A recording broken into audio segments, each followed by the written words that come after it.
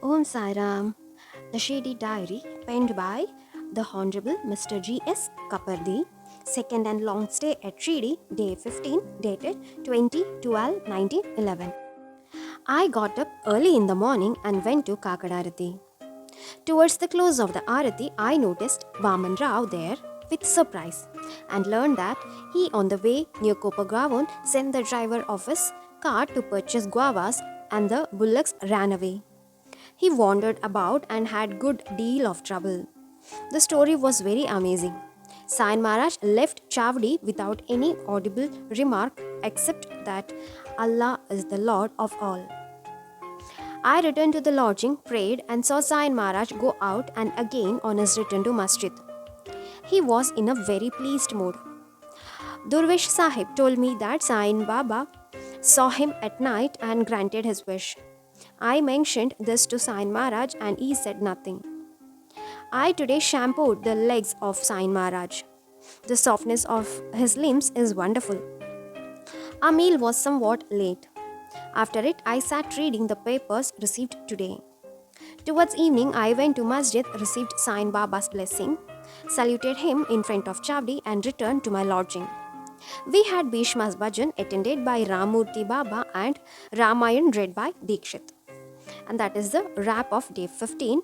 Let me take you to day 16, dated 21/12/1911.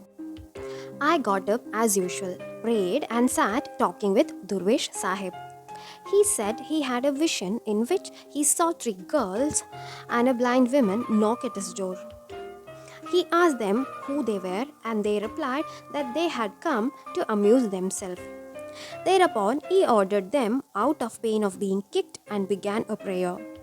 The girls and the old women ran away on hearing the words of the prayer. He then blessed all in the room and in the house and the whole village.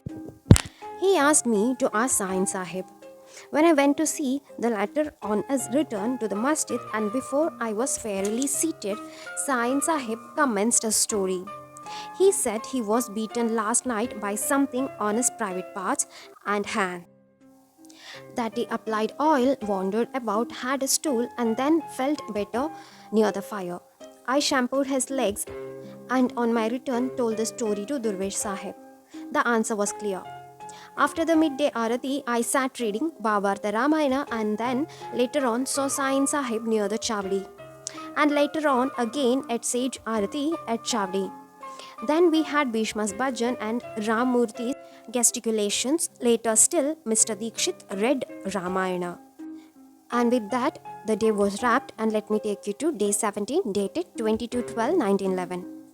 I got up early in the morning to go to Kakadarati, but in consequence of a remark made by Madhav Rao Deshpande, I thought of not going. But later on, Madhav Rao himself went and I accompanied him.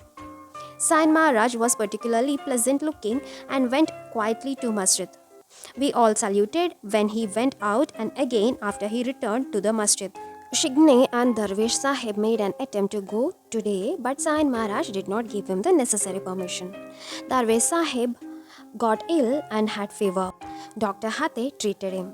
I think I have mentioned before that there is one Tipnis staying here with his wife. She is ill and Dr. Hate has been doing all he can do for her. Ram Maruti Maharaj is also here for her. She had a fit in the evening, but it turned out to be an obsession. Dikshit, Madhav Rao Deshpande and others went to see her. She is possessed by the former owner of the house in which she lives and by two Mahars. The owner declared that he would have killed her, but that Sain Baba ordered him not to. The Mahars are also kept away by Sahin Baba. When Tipnis threatened to move his wife to this Vada, the spirits prayed earnestly and asked him not to do so. The spirits said Sain Baba would beat them. There was Bhishma's Bhajan as usual and later on Ramayan by Dikshit a little before midnight. And the day was wrapped and let me take you to day 18, 23, 12, 1911. I got up early in the morning but fell asleep again and then got up very late. On coming down, I found that Shigni, his wife, and Darwish Sahib had obtained their permission to return to their homes. So they left, the former of Bombay and the latter of Kalyan. Darwish Sahib is obviously very much advanced spiritually, as Sain Maharaj came as far as the breach in the wall to see him off. I miss him very much as we used to have a long talks. Mr. Mantri, solicitor of Bombay, came yesterday with his family, 4 brothers and a number of children. He is a very nice man and we sat talking. Mr. Mahajani, whom I met last year, came today and brought very good fruit and globes of glass for Sain Baba's lamps. Mr. Govardhan Das of Bayandar is also here.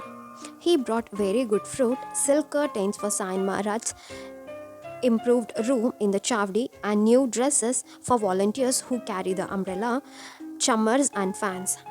He is said to be a very rich man. There was a little meaningless disagreement between Madhavrao Deshpande and my wife and my son about living in Dikshit's Wada.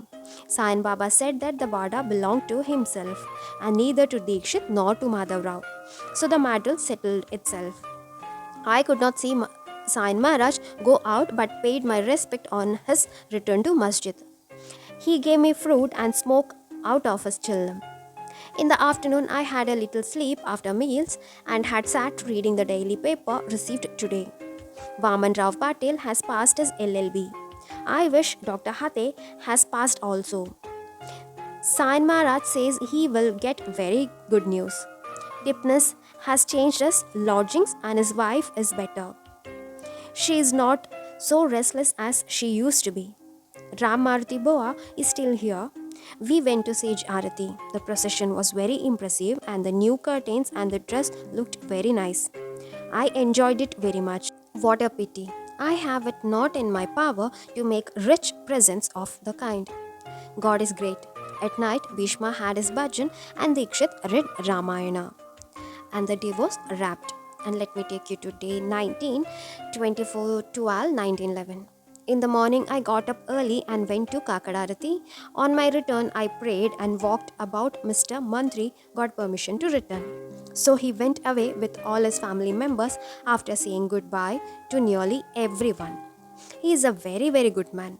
Vaman Rao Patel also went. Then came a large number of visitors. Among them was a lady by name Anasuya Bai. She appeared to be spiritually advanced and Sain Maharaj treated her with great consideration and gave her 4 fruits. Later on, he told the story of a man having 5 sons. 4 of them demanded and obtained partition. 2 of these 4 decided to reunite with the father. The latter ordered the mother to poison one of these 2 and she obeyed.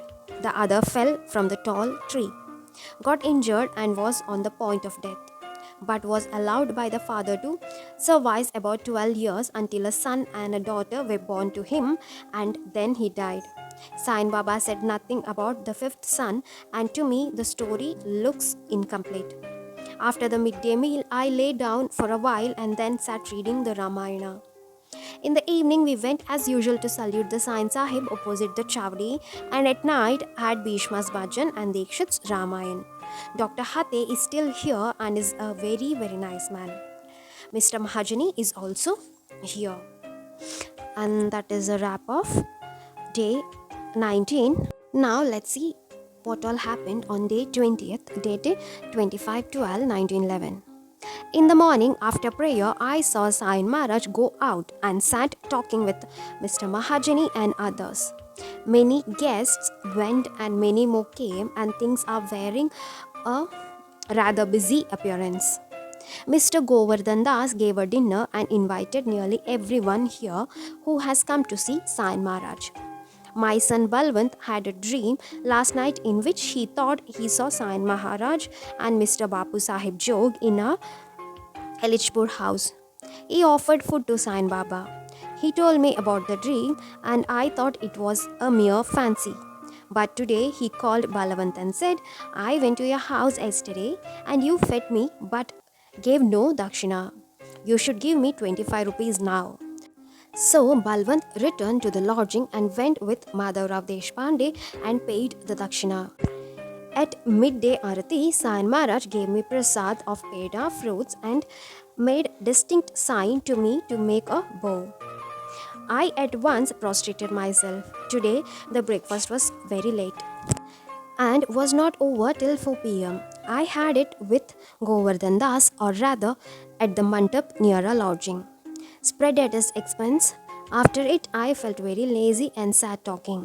We also saw in Maharaj in the evening, both before he came out as usual for his stroll and then again when he was taken in bhajan procession to Chavdi. Kondaji Fakir lost his daughter tonight. She was interred near lodging. Bhishma had his bhajan and Dikshit read Ramayan, and the day was wrapped.